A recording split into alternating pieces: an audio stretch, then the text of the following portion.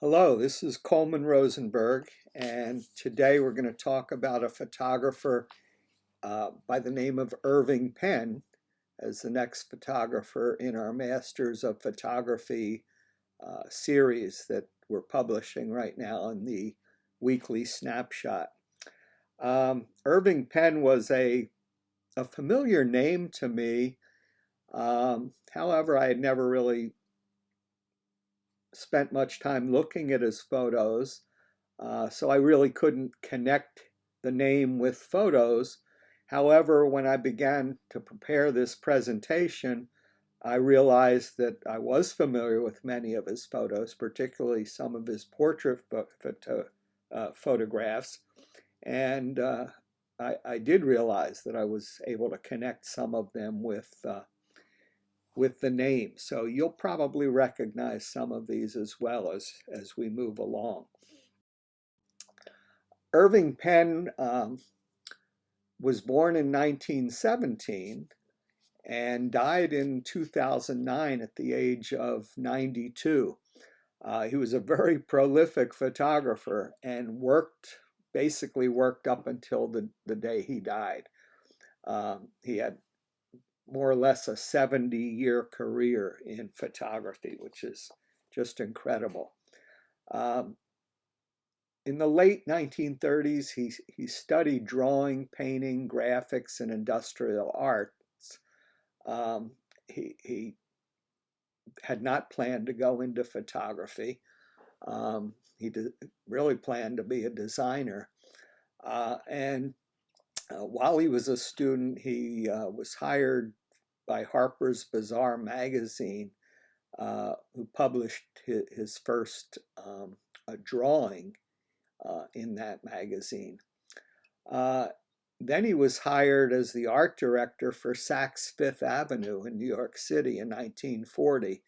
And at that time, he took up photography for the first time as an amateur photographer. He only stayed at Saks for a year, and then he took off for a year of painting and taking photographs in Mexico and across the United States. When he came back, he was hired as an associate doing layout work at Vogue magazine. And Vogue is where he worked for the remainder of his career until he died in 2009. He was asked to try photography and had his first Vogue cover in 1943. He was so much into designing covers that his boss at one time said, well, why don't you try doing the photograph? And he did, and that was the beginning of his photographic career. During his time at Vogue, he also opened his own studio in New York to do advertising photography, and he had a number of very high-profile clients, corporations, businesses, and so on that he did advertising photography for. But during his 66-year career at Vogue, he created 165 covers for Vogue magazine, more than any other photographer in history. He produced a diverse body of work, but is most recognized as a still life and a portrait photographer. He added elements of life into his portraits and is thought of as the founder of environmental portraiture. Now, when I say that, and when you look at some of his portraits as we move along here later, they weren't environmental portraits in the sense of having someone out in nature in an actual environment where they might say something about their life. He was more into introducing elements into a studio photograph of a subject, small objects that might tell you a little something about the interests of the subject, or something that the subject was involved in that would give you sort of a background about the subject that he was photographing. He predominantly shot black and white. In fact, for his portraits, I believe all of his portraits were in black and white, but he did uh, get into color as the times changed. And with his still life photography, he shot color as well as black and white. So I'm going to direct you to this website, the Irving Penn Foundation. The link is down here at the bottom of the page. I don't think it'll be live on your PowerPoint screen here, but hopefully it'll be listed along with the PowerPoint in the snapshot. If not, you can type irvingpenn.org into your browser and it'll take you to this website for the Irving Penn Foundation. This is an active foundation today, still in existence, dedicated to preserving and exhibiting his work, and his work is being exhibited as we speak.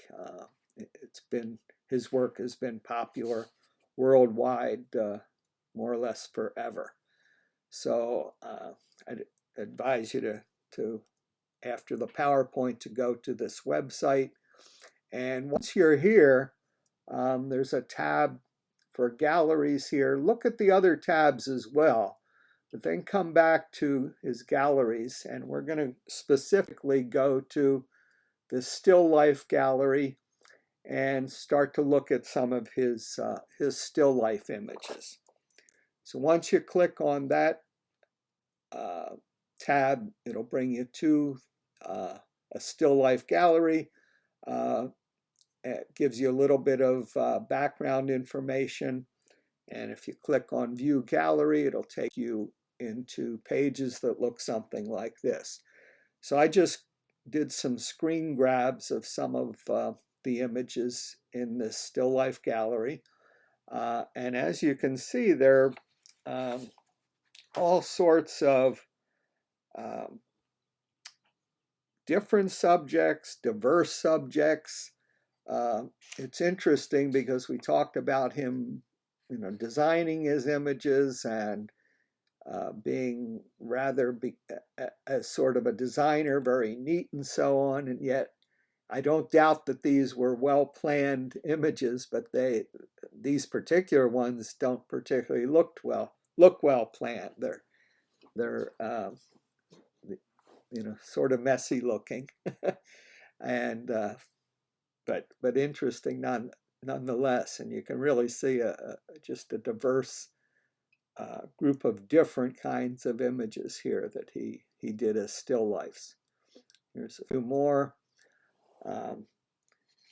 This one at the top left really got me thinking. I love the idea he had here. These I guess they're frozen blocks of fruits and vegetables, and even maybe little scoops of frozen yogurt or something, the pink area at the bottom. But it just got me to thinking about possibilities, which is sort of one of the reasons why we do these Masters of Photography presentations, to stimulate our own thinking and give us ideas and just help us break out of our own boxes.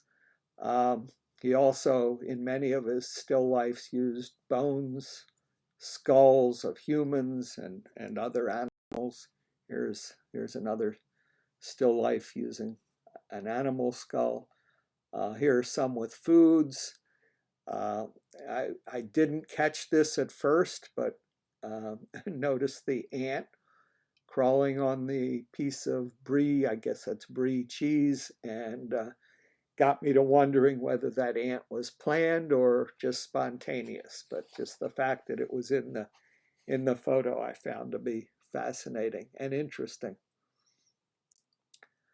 Then after looking at his still lifes, we can also look at the portraits on the foundation website. And again, when we click on that portraits up here, we can go to another little area that talks about his philosophy and background as a portrait photographer. And again, if we click on View Gallery, it will take us into some of his portraits. So here, again, I just did screen grabs of some of his portraiture, and you'll recognize some of these and some of them you won't. I looked up all of them, and I'm only mentioning the names of the ones that you'll probably recognize. There were many that I had no idea who they are. And so at the top right here, we've got Louis Armstrong, the famous trumpeter, and in the background, Duke Ellington, I believe that is, on the piano. Below him, we've got the famous artist Pablo Picasso. And I had seen that photo, never really, well, seen both of these photos actually, and never really paid much attention to who the photographer had been. There's another grouping, Coretta Scott King, the widow of Dr. Martin Luther King, a famous photo that I was familiar with. Over the top left is author Susan Sontag and her son David. And below Coretta Scott King, Richard Avedon, another famous photographer.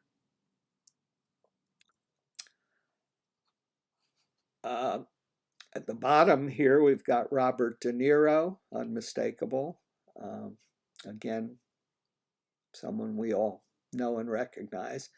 And the hand above Robert De Niro is the hand of Miles Davis, another famous jazz trumpeter.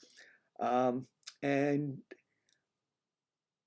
I didn't put this together until a couple days ago, but if any of you went to the proof exhibit at the Cleveland Museum of Art, which was still being exhibited, I believe, when the museum closed for the pandemic, there is a proof sheet there of images of Miles Davis's hand by Irving Penn.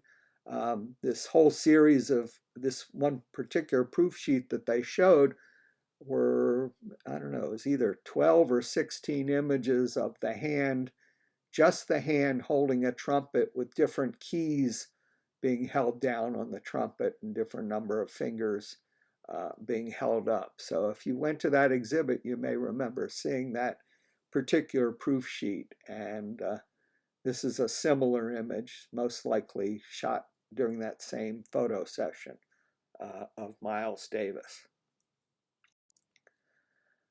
I came upon this list of 10 lessons learned from Irving Penn, and I found them to be both stimulating, interesting, and good advice, I think, in many respects.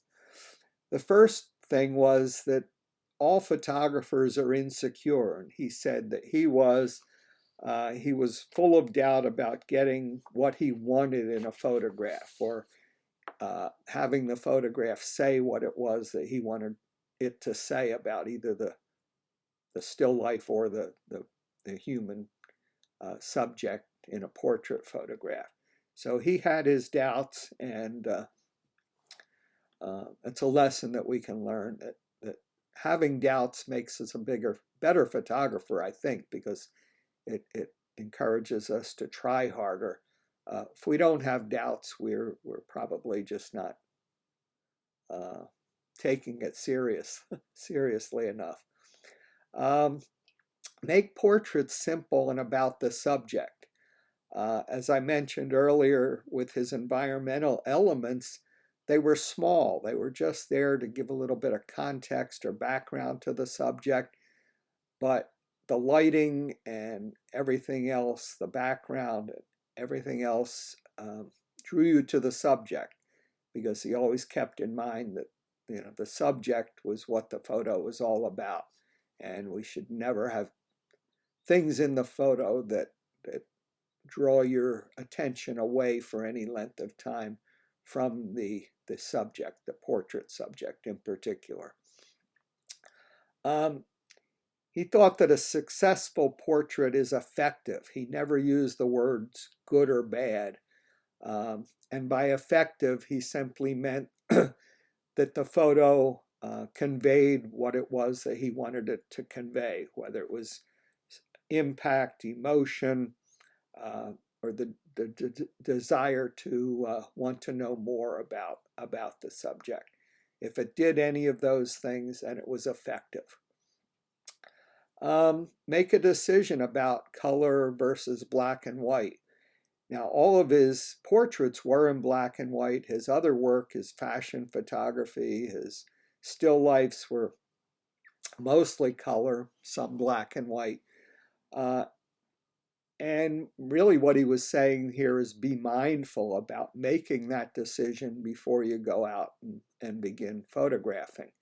Now today, in the digital world, most of us probably shoot in color and then think about converting to black and white later.